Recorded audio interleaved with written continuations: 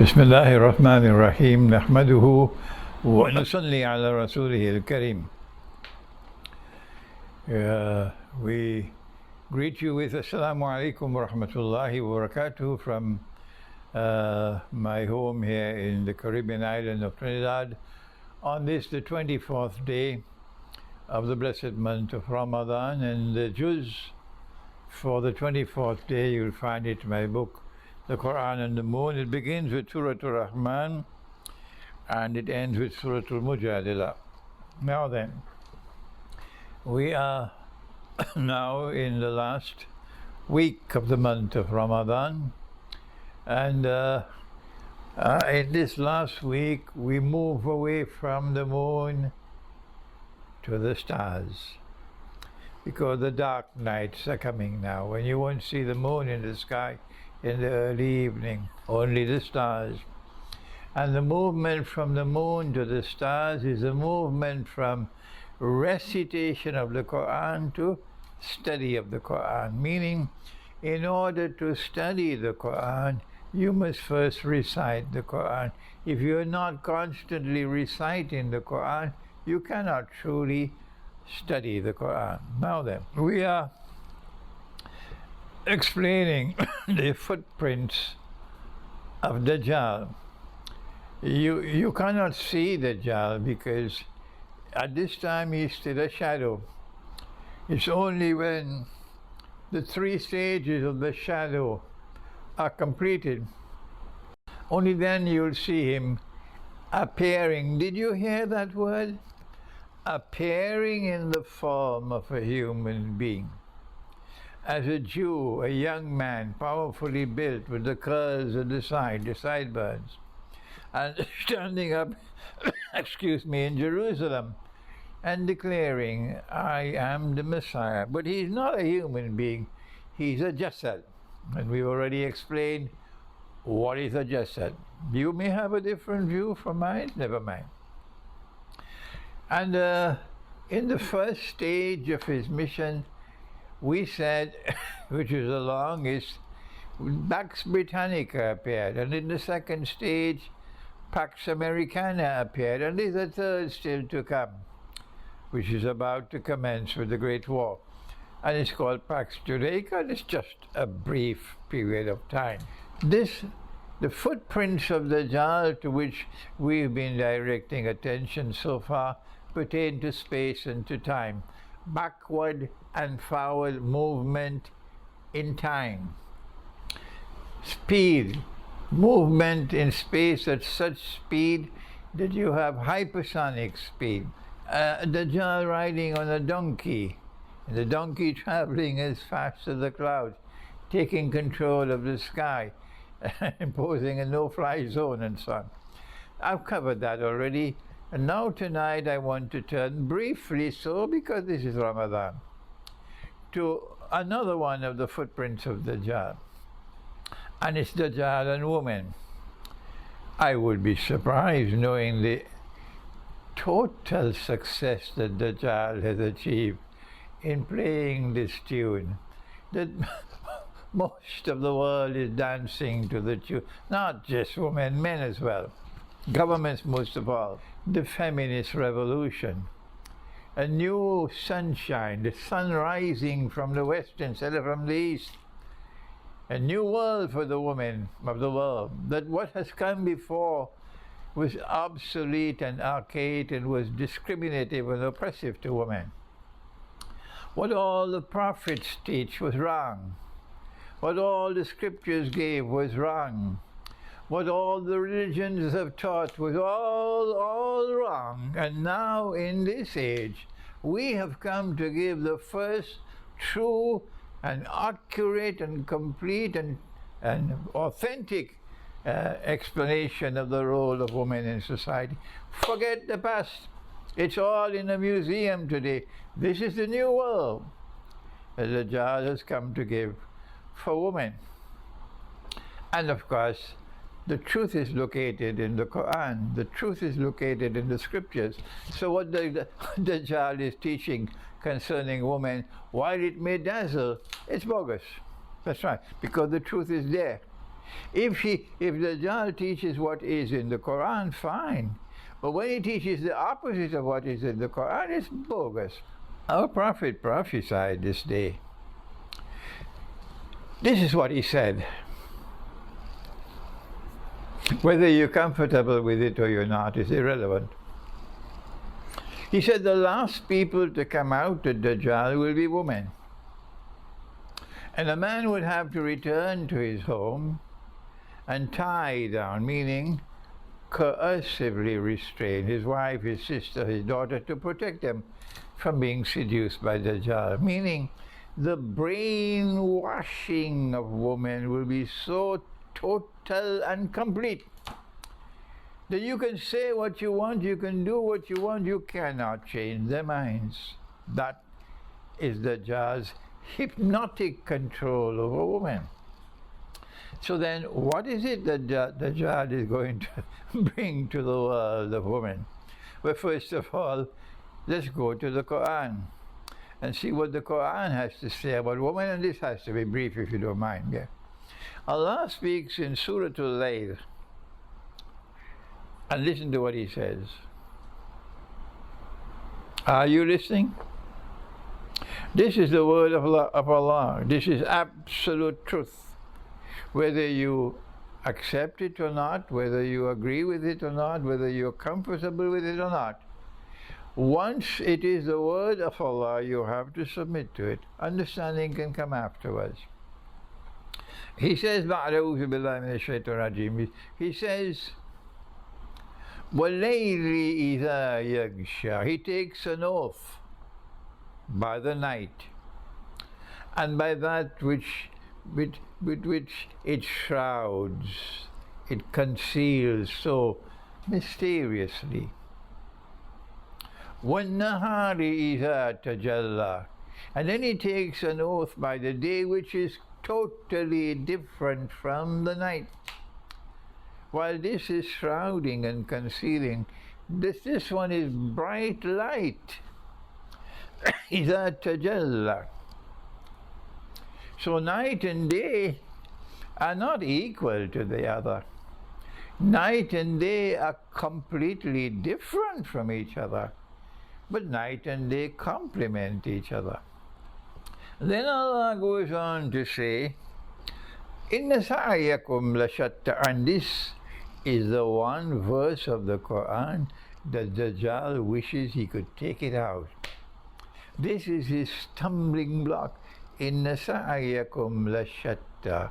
What does it mean? Let me give it to you in English. You, men and women, you are functionally different.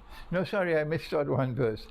وَمَا خَلَقَ الذَّكَرَ وَالْأُنْثَى وَاللَّيْلِ إِذَا يَغْشَى وَالنَّهَارِ إِذَا تَجَلَّى وَمَا خَلَقَ الذَّكَرَ وَالْأُنْثَى. That in the same way that I have created the night and the day, so too have I created the male and the female. You did not create yourself. You don't have sovereignty over your own body. This is my body. I do with it what I want. Not at all. He is the sovereign. He has created you from a drop of sperm. وَمَا خَلَقَ الذَّكَرَ وَالْأُنْثَى. That in the same way that I created the night and the day, so too have I created the male and the female. You are different from each other. You don't put an equal sign between the night and the day, and so you don't put an equal sign between the male and the female. That's a PhD in stupidity. Inna sa'yakum lashatta. You are functionally different. To the extent that a woman is a woman, it is for her to live as a woman, to be able to realize what it is to be a woman. And for a man to be a man, he has to live as a man in order to realize what is masculinity. A man cannot assume a woman's role in society. sit down at home and you do nothing? You sit down at home and you never go out and work? You never earn your livelihood? You never struggle to maintain your wife and your children? And you call yourself a man? All your days are spent in the casino? All your days are spent smoking and drinking and gambling? And you call yourself a man? No, you're not a man. Not at all. Because to be a man, الرجال قوامون على النساء. This is a man. A man maintains women, and a man guards and protects women. This is a man. So a man, in order to be a man, must fulfill his functions as a man. And a woman, in order to be a woman, she has this supremely important role in society. It is from her that human beings come into the world. She is not just a wife, she's a mother. And Allah says in the Quran that there is a dua that to be made, رَبِّ ارْحَمْهُمَا كَمَا رَبَّيَانِي صَغِيرًا.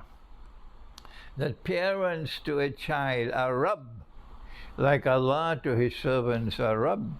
The Rabb is one who takes care of what he has created, who nourishes, who cherishes, who looks over its growth from stage and stage to stage. That is Rabb, who provides for.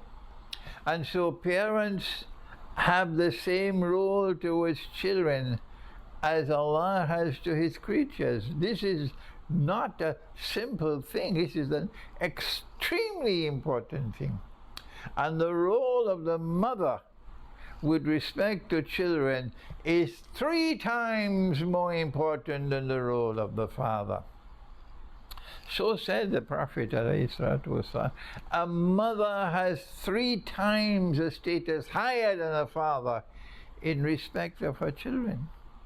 And so if a woman stops being a woman and she seeks to assume the functional role of men in society, the tragedy that mankind will experience will be that children will eventually grow up with an internal rage inside of them, and they'll become drug addicts, and they'll become alcoholics, and they'll become violent in conduct, they'll become criminals, and society will be broken up into pieces because mommy was a part-time mother. It is very difficult for a woman, very difficult, to be a woman and to be a mother, and also to be the one who is working to maintain her family, because the father has run away and he's not in charge, he's not doing his duty. But our society is one in which she's not alone. The society will now maintain her and the children through zakat. But where is that society today? We cannot establish Islam as a state today because Gog and Magog will destroy us. And so here is Dajjal's major footprint in Akhiru Zaman. He takes the world of women and brainwashes them that they must assume the functional role of men in society. So now a woman has the right to become head of state. A woman could be the president and prime minister. A woman could be a member of the Supreme Court of Pakistan. A woman could be a general in the armed forces of Pakistan. Yes. This is Dajjal's strategy of transforming women from their feminine role in society to assuming a masculine role of society, and that is the destruction of what it is to be a woman. There is a corollary to this, that as women assume the functional role of men in society, as the night assumes to be the day, pursuing relentlessly a struggle to become the day, the result is that women would progressively lose their femininity. And as men abandon their role as men in society, men will eventually, progressively lose their masculinity. And then Dajjal offers his master plan, and that is that a man can now marry another man and get a marriage certificate. Be careful for your children. Be careful for your children, because this is already prevailing in so many parts of the world. Be careful for your children. Let me say it one more time. Be careful for your children, because this is the jazz tune being played, and there are so many who are dancing to it. That homosexuality will become increasingly prevalent, and they will parade on the streets with no even blush of shame. If they're doing it in Manhattan today, they'll do it in Lahore tomorrow. The Gay and Lesbian Rights Day parade.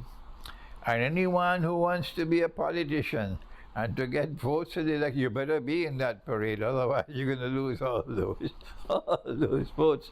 And a woman will marry another woman. Lesbianism. And when you go this road, you lose your nur. It's not just with zina. When you commit sexual relations, when you have sexual relations outside of marriage, it's called zina, adultery and fornication. When you go down that road, you lose all your nur in your heart. And when you have only darkness in the heart, no nur, even if you have a PhD from the University of London, you're still just like sheep and goats. You have only external knowledge, you're internally blind. And so in the same way that zina destroys your internal integrity, destroys the nur inside of you, so too does homosexuality and lesbianism. There is so much more to the subject of this footprint of Dajjal, the modern feminist revolution. But guess where it started? Did you know? The modern feminist revolution was born in Britain. That's right.